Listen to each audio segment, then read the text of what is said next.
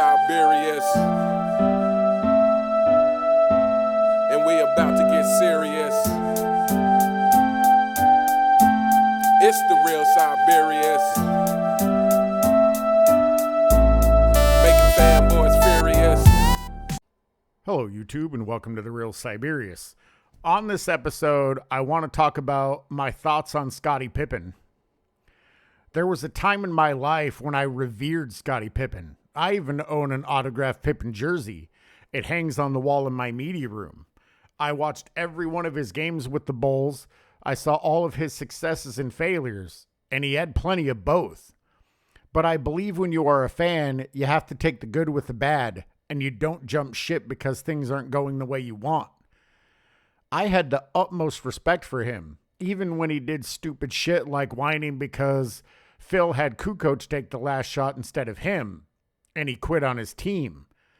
I could forgive moments of weakness, especially in high-pressure moments where emotions may get the best of us. We all make mistakes, and after he was called out, he apologized, took accountability, and moved forward. However, we need to be honest about who Pippen was and who Pippen is. The media is doing their damnedest to turn Pippen into something he never was, and quite frankly, never could have been. He wasn't a leader. He wasn't a fighter. He occasionally competed, but never without help. He was never the guy to rally the troops when things weren't going properly. From the migraine game to the back spasm game to him sitting out because they wouldn't renegotiate his stupid contract, Jerry Reinsdorf was well known for his, once you sign your contract, he didn't want to hear from you again until your next contract. They even discussed it in The Last Dance, where I believe Jerry recommended Pippen to not sign the contract because it was too long. It was when Pippen became a turncoat that I lost all respect for him. Here are some harsh realities that the media and fanboys refuse to accept or even acknowledge. If Pippen had stayed with the Sonics when he was drafted, he would be a footnote in the almanac of the NBA.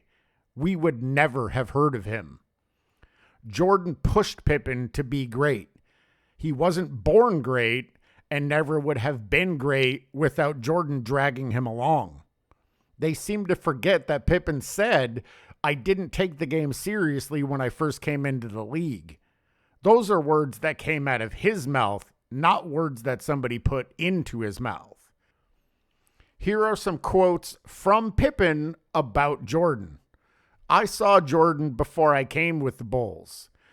You guys saw him play. He was a horrible player. He was horrible to play with. He was all one-on-one. He shot bad shots. We were never friends. I never wanted to be Michael Jordan, although I would like to trade bank accounts. Here are some quotes from Jordan about Pippen. I didn't win without him. That's why I consider Pippen my best teammate of all time. Whenever they speak Michael Jordan, they should speak Scottie Pippen. I will never find another partner like Scottie Pippen. Let me say this, and I mean it from the bottom of my heart. Fuck you, Pippen. You wanted to be Jordan more than anything. You just lacked a few key elements like skill, fight, dedication, and most of all, heart. You wanted to be Jordan. You just couldn't. When I saw he started the No Bullshit tour, my very first thought was Judas. You Judas turncoat motherfucker.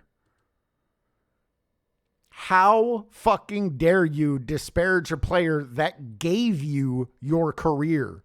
Without Jordan, you are nothing. You could have been replaced with half a dozen other players and Jordan would still win 6 rings and have 2 three-peats.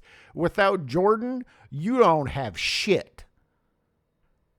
Jordan even flat out lied to defend your soft ego. You didn't lock down Magic full court in the 91 finals. That has been disproven multiple times. He left it in The Last Dance to prop you up because even Jordan knows You are fragile. You were a great defender, but you also needed help, and you got bailed out by Jordan on numerous occasions. Even in your charity game that no one wanted to go to until Jordan signed on.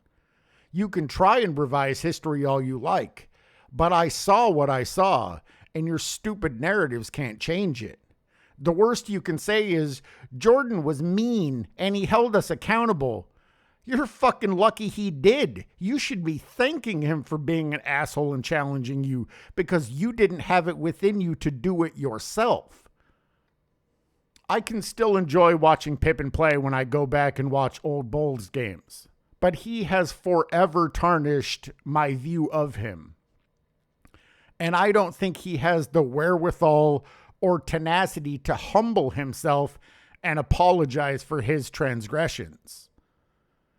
I don't think he has it within him.